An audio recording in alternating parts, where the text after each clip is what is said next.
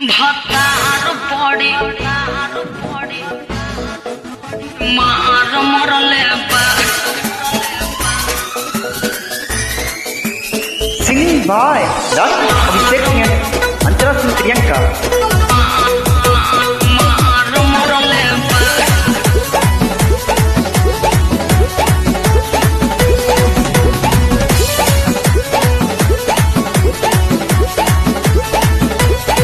शादी भइल जब से हो गहिलू तू बीजी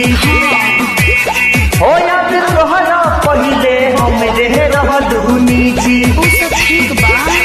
शादी भइल जब से हो गहिलू तू बीजी याद तोहरा पहिले हम रह रहलू निजी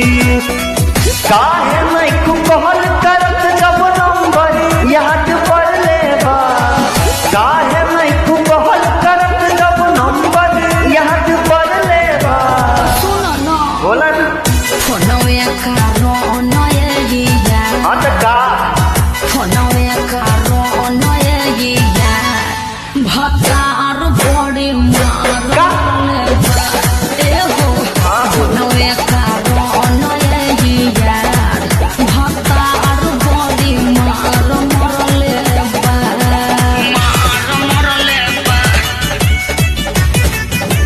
मार मरले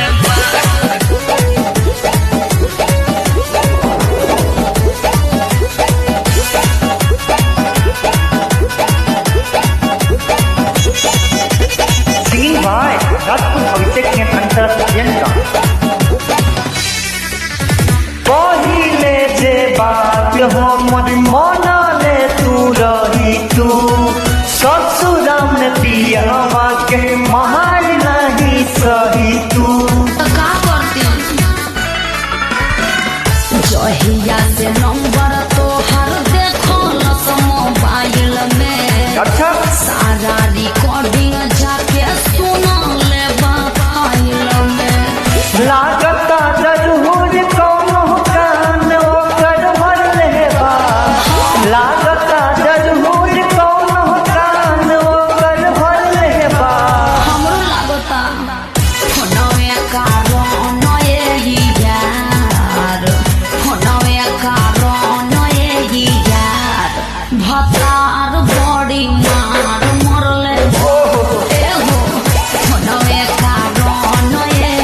यार भतार बड़ी मार मरले बड़ा जुलूम भइल हो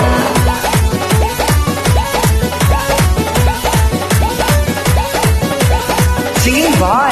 Ratu Abhishek and Antara Priyanka.